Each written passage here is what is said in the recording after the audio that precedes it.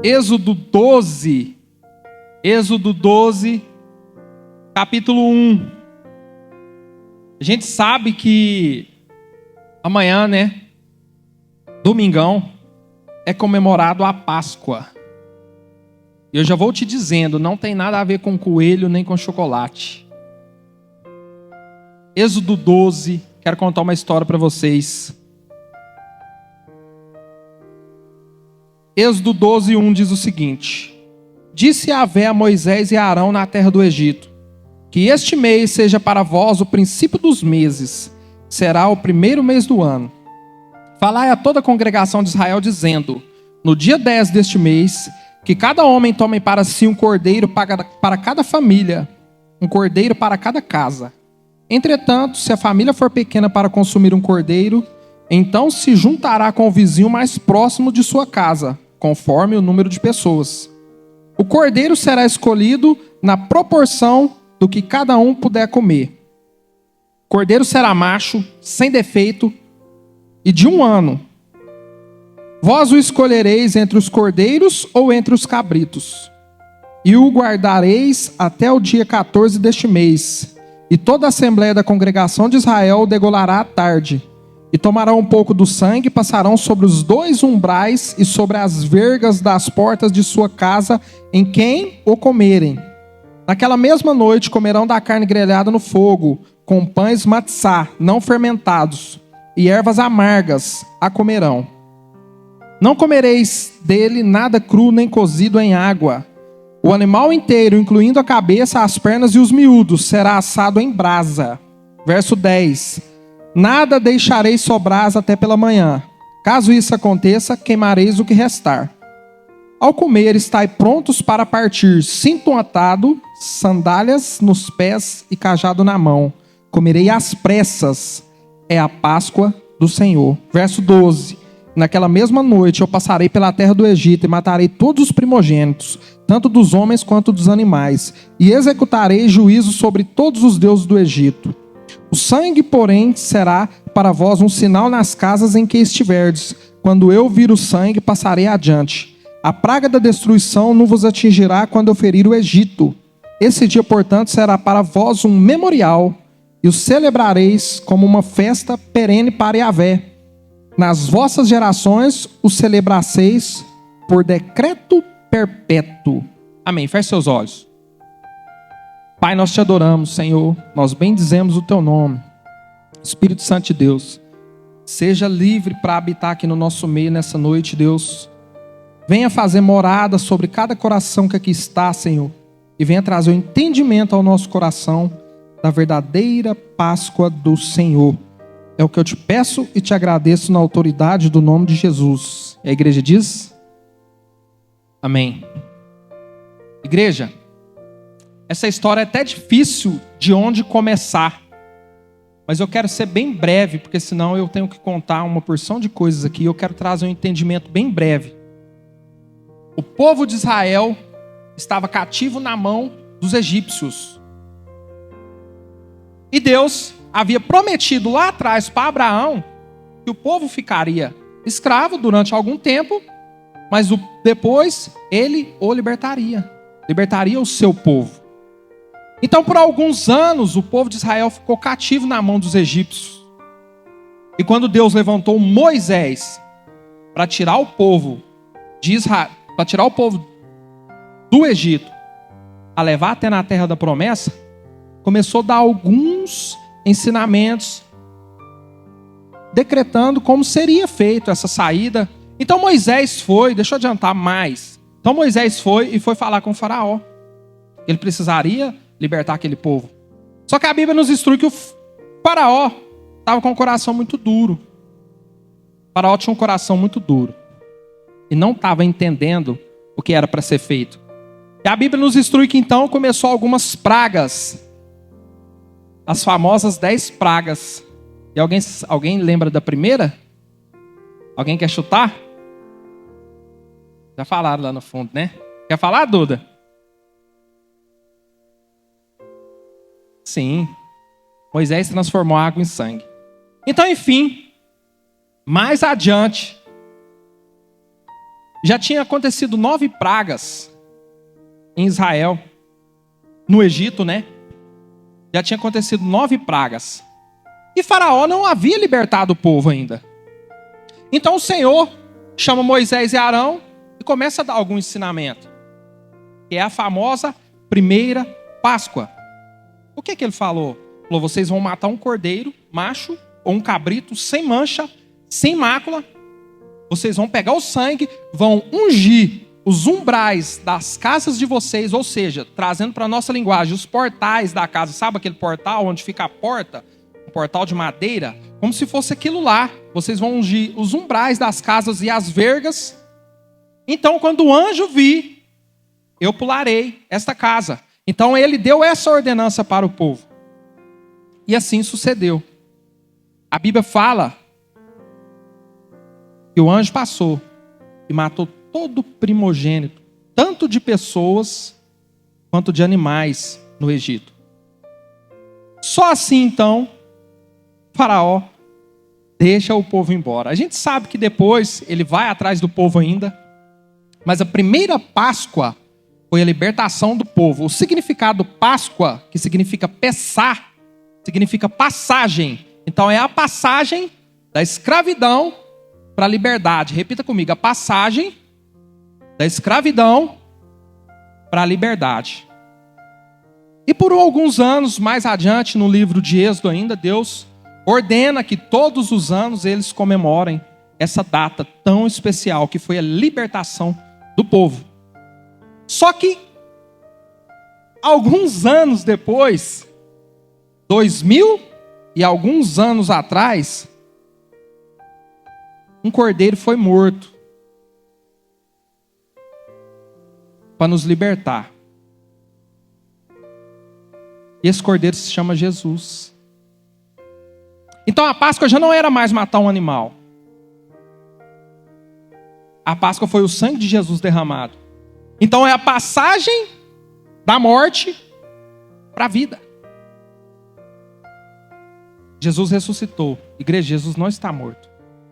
Ele ressuscitou. Ele venceu a morte. Então essa é a Páscoa. A Páscoa não tem nada a ver com coelho. Não tem nada a ver com chocolate. Ah, mas eu quero presentear alguém com chocolate. Amém, presentei. Quem não gosta de ganhar um mimo, aliás? Mas que você saiba qual é o verdadeiro significado. Que você saiba que 2000 e alguns anos atrás, Cristo morreu por nós. E Cristo ressuscitou por nós. Então essa é a Páscoa do Senhor. Foi rápido, não foi a explicação? Foi, mas eu quero ler João 20.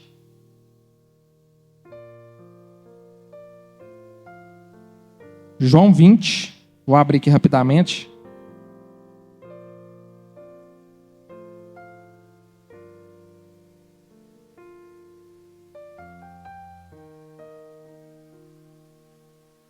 Eu vou ler a partir do verso 11, senão eu vou ter que ler o capítulo inteiro.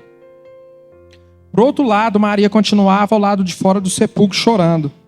Enquanto chorava, inclinou-se para olhar dentro do sepulcro e viu 2 anjos vestidos de branco sentados onde estivera o corpo de Jesus, um à cabeceira e o outro aos pés. Então os anjos perguntaram: mulher, por que choras? Ela lhe respondeu: porque levaram o meu Senhor. Eu não sei aonde o colocaram. Assim que disse isso, olhou para trás e viu Jesus em pé, mas não reconheceu quem ele era. E Jesus perguntou-lhe: mulher, por que está chorando? A quem procuras? Maria, imaginando que fosse o jardineiro, rogou-lhe: se tu o tiraste daqui, diz-me onde colocaste e eu o levarei. Verso 16. Então Jesus a chamou Mariã. Ela, voltando-se, exclamou também em aramaico: Rabone? Recomendou-lhe Jesus: não me segures, pois ainda não voltei para o Pai. Mas vá e ao encontrar meus irmãos, diz-lhe assim: estou ascendendo ao meu Pai e vosso Pai, para meu Deus e vosso Deus. E assim foi Maria Madalena e anunciou aos discípulos: eu vi o Senhor, e contou-lhes tudo o que o Senhor dissera. Igreja, eu acho que Maria Madalena foi muito privilegiada. Foi ou não foi? Maria Madalena, segundo o livro de João, foi a primeira a ver Jesus, depois da ressurreição. E é interessante que, se fosse hoje, uma pessoa morta, já há alguns dias, e de repente, essa pessoa ganha a vida. Sabe, no intuito, tinha um discípulo, e quando Maria contou, duvidou. Quem era esse discípulo? Tomé. Daí eu te faço uma pergunta. Será que nós temos sido Tomé? Será que ficou tão claro ao nosso coração que essa história ela é real? Ela não é uma fantasia, ela não é uma parábola contada. É uma história real. Jesus ressuscitou. Jesus ressuscitou. Sabe, se a gente for lá no túmulo de algum dos papas, fala o nome de um papa aí conhecido. Papa Francisco já morreu ou não? Morreu não, né? O Francisco não morreu, né? João Paulo II. Se você for lá no túmulo de João Paulo II, você vai ver escrito: aqui, os ossos de João Paulo II. Mas se você chegar no túmulo de Jesus, vai estar escrito assim: ele não está aqui, ele ressuscitou. Ele ressuscitou por nós, igreja. Ele ressuscitou por nós. Para que nós tivéssemos uma vida e uma vida em abundância. A vida dele pela nossa. Ele não merecia. Sabe quem merecia? Era nós. Quem merecia era nós. Olha para dentro de você. Olha para os seus erros. Olha para as suas falhas. Será que Jesus... Quando a gente olha para Jesus, fala, poxa, ele não merecia. O próprio ladrão da cruz reconheceu. Esse homem não merecia estar aqui. Nós merecemos. Ele não cometeu nada. Igreja, deixa eu falar algo para vocês. Essa história é muito linda, essa história é muito tremenda. Não tem como não se emocionar quando a gente fala da morte de Jesus. Quando a gente vê tudo aquilo que Jesus passou, tudo aquilo que Jesus sofreu, todas as chicotadas. Ele foi pregado numa cruz, igreja. Ele foi pregado. Um sofrimento, a Bíblia fala que ele suou sangue. Historiadores falam que é um nível de dor extremo, ao ponto de suar sangue. E ele suou sangue pela minha vida e pela sua vida. Ele pagou o preço de sangue pelos nossos pecados. E eu gosto de falar isso, pecados que nós nem cometemos, igreja. Ele pagou. Ele pagou o preço. Diante dessa história, eu te faço uma pergunta. Será que você tem se entregado 100% para Jesus? Sabe por quê? A morte de cruz ela é 100% verdadeira pela sua vida e pela minha. Será que nós temos entregado a nossa vida 100% a Jesus? Imagina um pote de água. 1 litro de água tem algumas 1000 gotículas ou gotas. Imagina aqui comigo, 1 litro de água. 1 litro, tem algumas gotas. Se eu não me engano, 39.000 gotas, algo do tipo. 39.000 gotas.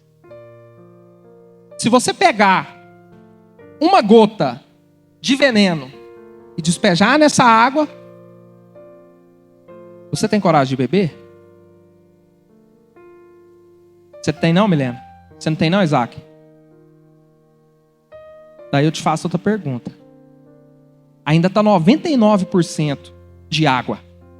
Você teria coragem de beber? Não. Por que você não aceita algo 99% puro e quer que Jesus aceita 99% da sua vida? Por que é tão difícil a gente aceitar isso? A gente entregar algo 99% puro, a gente não quer. Mas a gente quer doar às vezes 99% da nossa vida para o Senhor. 98, 97, 90 ou até menos. Igreja, aquela morte foi real. Aquela ressurreição, ela foi real.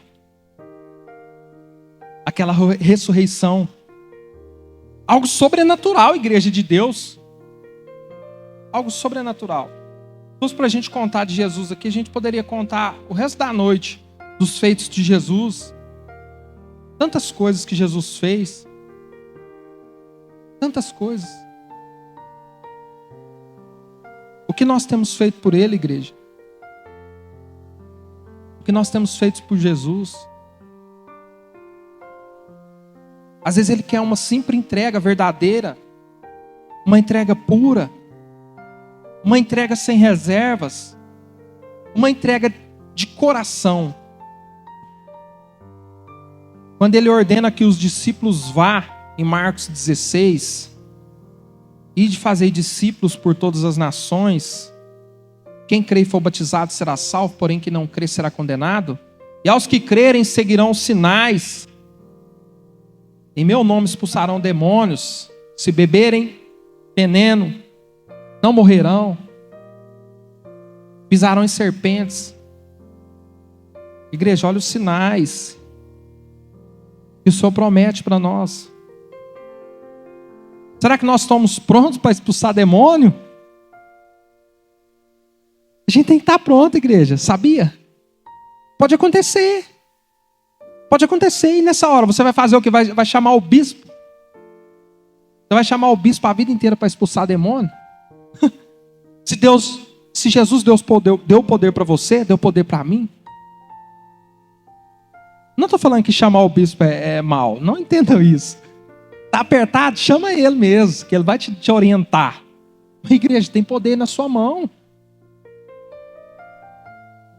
Se você colocar a mão numa enfermidade, no enfermo, e essa enfermidade tem que bater em retirada. É Jesus que falou isso, não foi eu. Ah, mas eu não entreguei 100%. Eu entreguei 95%. Então eu acho que eu não estou apto a tirar, a expulsar. Igreja, vamos entregar de verdade.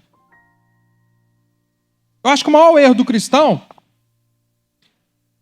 quando a gente entrega a nossa vida para Cristo, a gente imagina que a gente não vai passar mais por aflições. Quem foi assim?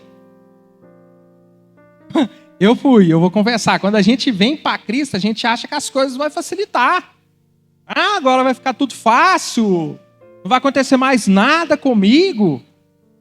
Igreja, Jesus fala assim, no mundo vós tereis aflições, porém tem de bom ânimo, eu venci o mundo. Nós também teremos aflições. Mas sabe qual que é a diferença? Com Cristo ou sem Cristo você vai ter aflições. Mas com Cristo você vai vencê-las. Pode ter certeza. Pode ter certeza que você vai vencer. E às vezes a gente vem para Cristo e acha que, poxa, não vai acontecer mais nada comigo, eu estou livre de tudo agora. Sim, você está salvo. Você está salvo. Você está salvo, igreja. Vocês estão salvos. Mas o inimigo, ele é sujo. Ele tentou Jesus no deserto. Ele vai tentar você. Ele vai tentar eu. O inimigo conhece os seus pontos fracos. O inimigo conhece os nossos pontos fracos, sabia? E na melhor hora ele vai atacar no seu ponto fraco. E a Bíblia fala, resistir ao diabo, e o diabo? Jesus resistiu. Mas enfim, eu não quero prolongar. Que você saiba o significado da Páscoa. Não tem nada a ver com chocolate. Não tem nada a ver com coelho. Tem a ver com aquele que deu a vida por você. Tem a ver com aquele que ressuscitou por você. Tem a ver com o amor de Deus, que deu o seu próprio filho. Seu próprio filho. Se você me perguntar assim, para mim hoje, você tem coragem de entregar o seu filho pela sua mãe? Forte, não é? Sabe o que eu ia falar? Não. Nem pensar. Eu acho que não ia nem pensar. Filho é algo muito valioso. Quem tem filho sabe. O filho, a mãe também é muito importante, igreja. Não é que com a mãe não seja importante, mas eu estou te falando. Se for para você dar o seu filho no lugar da sua mãe, você não dá. Não dá. Mas Deus deu o filho dele. Por amor à humanidade.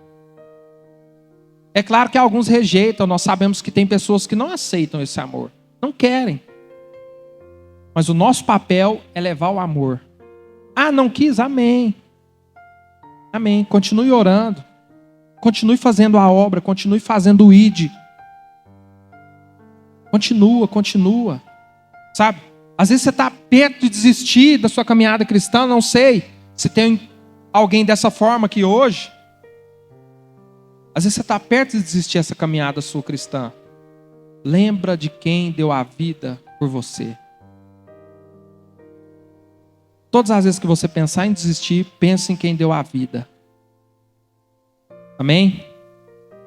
Não quero prolongar demais. Eu queria te convidar a orar nesse momento. A gente fazer uma oração.